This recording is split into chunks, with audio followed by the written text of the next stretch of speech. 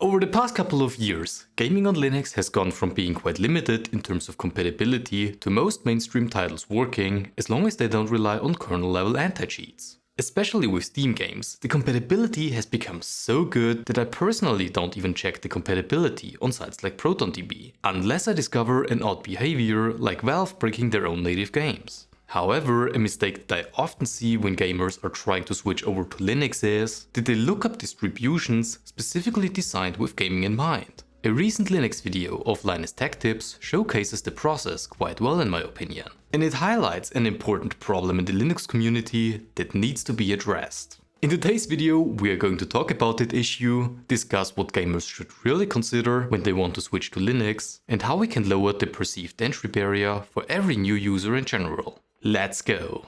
This video was made possible by channel members of our community. If you want to participate in selecting new video topics, see what's going on behind the scenes and gain access to various tips and tricks, then please make sure to check out the join button or the link in the video description down below.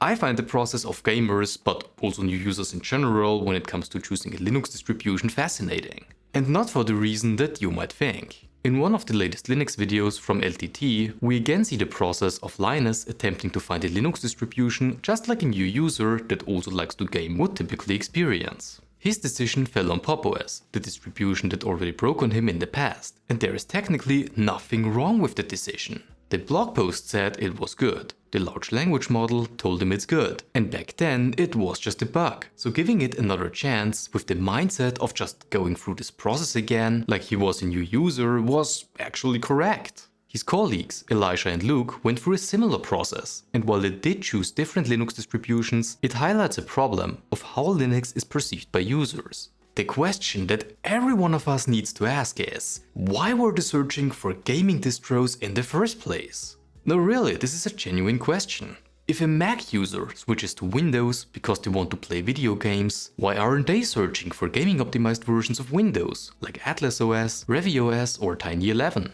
Or why aren't many gamers considering cleanup scripts for Windows 11 that could improve their PC's performance? The answer is options and perception. Linux has a lot more options because of its many distributions, and very often those distributions advertise themselves in doing something better than the other. Those could be performance tweaks, offering programs and updates much faster, or just simplify the user experience by providing inbuilt install wizards or support. Now, some distributions are specialized for certain use cases, that is true, but the mainstream distributions are exactly that, mainstream, and for a desktop user they are essentially all the same. The perception that Windows is a gaming operating system is that there is only one Windows. It doesn't matter that there are optimized versions of it. At the end of the day, Windows programs and games will work on any of those. On Linux, because of our many options and advertisements, this shared compatibility is overshadowed by the categorization of distributions. To a new user, there is no Windows distribution. It looks like you have the ones that are good for gaming, then you have others that are good for work. And very often, they might fear that they're making the wrong decision, but don't realize that it doesn't really matter. My point here is, we should do better marketing for mainstream distros. We don't need one good Linux distribution as a Windows replacement, but the well-known list of mainstream distros that are just as good for gaming than others. And we should highlight only the differences that actually matter. What do I mean? If I search for which distro should I use for gaming on Linux, I shouldn't just get a list of typical gaming distributions, but also a mention of, hey, why don't you try mainstream first? They are also good for gaming and allow you to get your feet wet with Linux. Now, many of you might say that mainstream distros are often more difficult than specialized gaming ones. And in some cases, that's true. Like I already said, they often feature custom installers, pre-installed programs, or guide you through the setup process. However, with all of the custom patches, updates, or even atomic model, which means that you cannot mess with the base system on accident, there could be breakages that wouldn't occur on the mainstream distribution, which are more thoroughly tested for production. I just personally think that we should try to advertise the mainstream distros like Ubuntu, Fedora, OpenSUSE, or well-received sub-distros like Linux Mint, Pop! OS and similar in a comparison to gaming distros.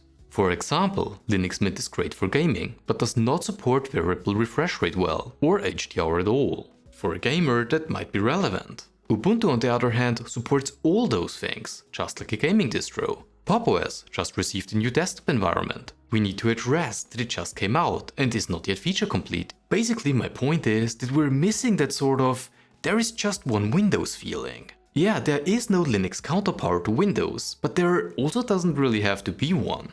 The Linux counterpart of just one Windows is the mainstream distros. Those built for general use cases, businesses and gaming, all in one. Besides some specialized programs, most applications can be installed on any of those. They all have similar desktop experiences and they all, just like Windows, serve you well. If you want to go optimize them or switch to a gaming distro afterwards, then go for it. They might be even better. But I personally think that the best place to start out with Linux is by going with the Windows counterpart, and those are the mainstream distros. To me that just feels right, but I want to know what you think about that. Do you agree with me? Are you completely against it or have something completely different in mind? Please leave a comment down below. I would be very interested in what you have to say about that.